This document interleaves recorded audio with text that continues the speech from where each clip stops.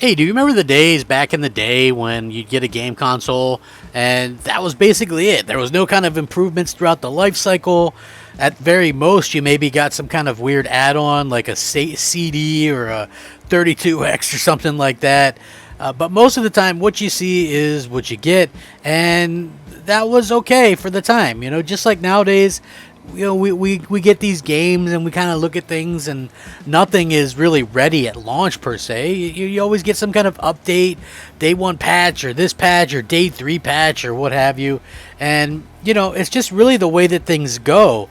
And now when it comes to consoles, we continually get updates and we continually get things that make these experiences even better.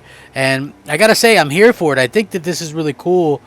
Sony has done a really good job so far of getting, the updates out there on their console, and I just love the fact that they've been able to go out there and do this, and fans have been reacting in a very positive way. And this is a very smart thing and something that I think that really happens to a lot of us in terms of we get these consoles and then we just think that's the end of it. No, they're always improving. They're always kind of getting better. And that's really important, just in general.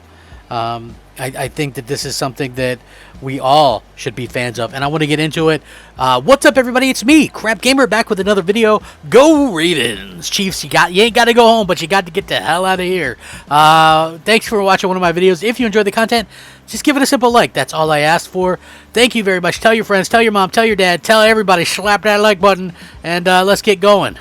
Now, if you guys remember, Sony did a big update for the PlayStation 5 recently, just a couple days ago, and that was a pretty tremendous update. And now we're getting some ideas that not only was it an update on the front end, but it updated on the back end as well. It actually did a PlayStation 5 firmware performance boost, and that's something that I think a lot of people are quite surprised about, even to right now, which I thought was pretty cool. And I'm going to, of course, link this so you guys can check it out. You might go wondering, hey, well, what's that mean? Digital Foundry kind of covered this, and they did some frame rate tests on games pre-patch and then after patch, and there is a lot of stability here, and the stability has gone up. It might not be tremendous, but you're getting a few extra frames, and obviously that counts for something.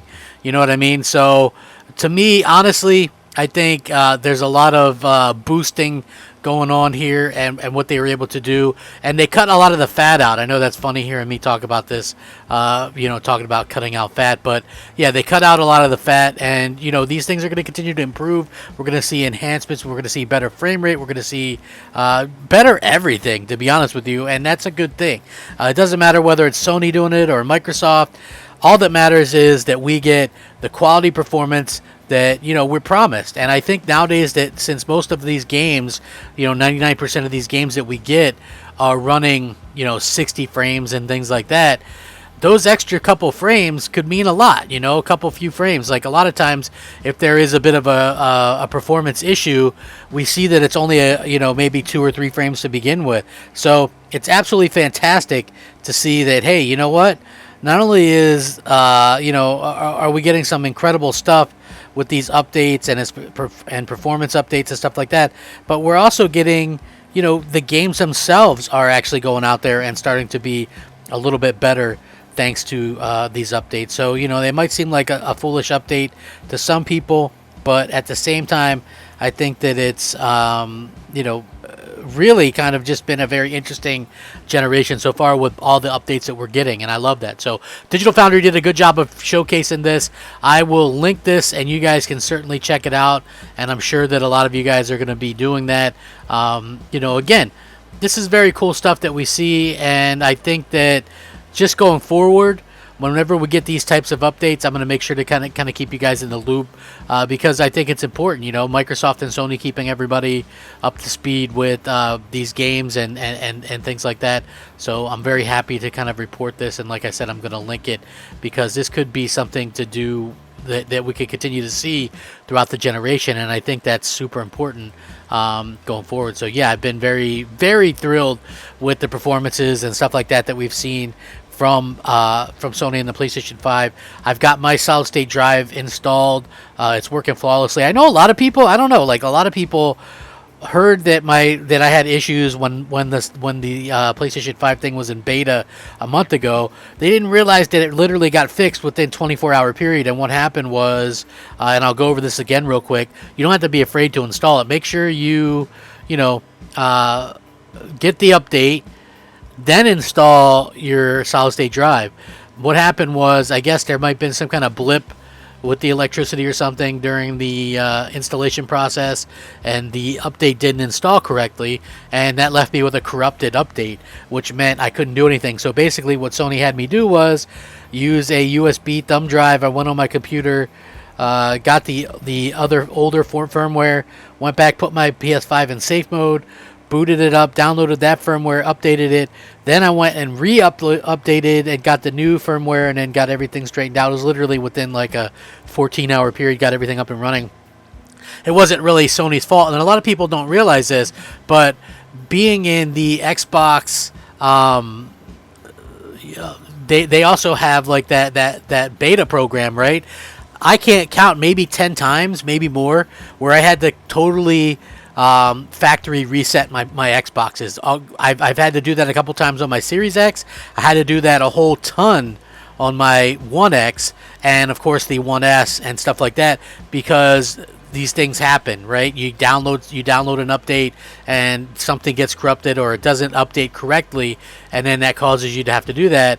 Luckily, I think on the Xbox side it was a little bit easier, if I'm frank about it, because at the end of the day, you can choose to save all your games, whereas when it comes to the PlayStation side, there was no option for me to keep my games on my internal hard drive, so I had to re-download those. Thankfully, I have a lot of stuff on the externals as well, even some PlayStation 5 games.